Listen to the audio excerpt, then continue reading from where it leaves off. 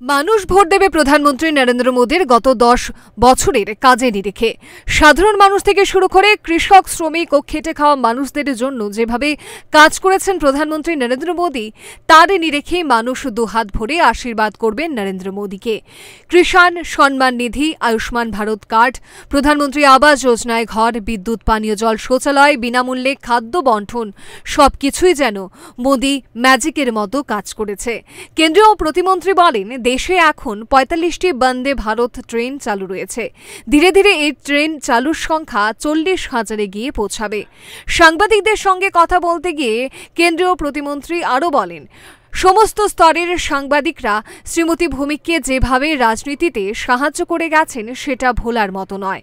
সব সময়ই সাংবাদিকরা প্রতিমা ভৌমিককে সমর্থন করে গেছেন। তাকে যেভাবে সাহায্য করে গেছেন বিজেপির বর্তমান প্রার্থীদেরকেও যাতে সাংবাদিকরা সমর্থন ও সাহায্য করে যান, তার জন্য আবেদন রেখেছেন প্রতিমন্ত্রী প্রতিমা ভৌমিক। বলেন, যখনই সাংবাদিক বন্ধুদের সাহায্য চেয়েছি তখনই আপনারা ছাপিয়ে পড়েছেন।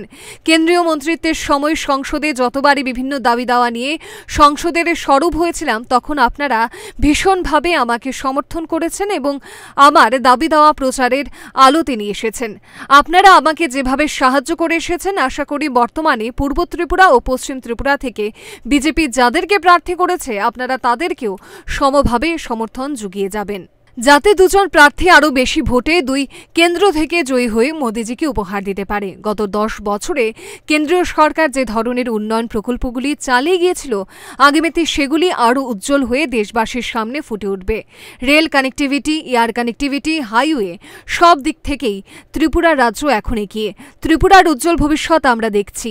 আন্তর্জাতিক বিমান চলাচল, বাংলাদেশের সঙ্গে রেল যোগাযোগ ও সড়ক পথে যোগাযোগ শুরু হওয়ার আবেদন রেখে বলেছেন, আপনারা আমাকে যেরকম সাহায্য ও সহানুভূতি দেখিয়েছেন, বিজেপি প্রার্থীদের দুহাত ভরে আশীর্বাদ করে 2টি আসনেই মোদীজিকে উপহার দিন। Bureau report, Times 24।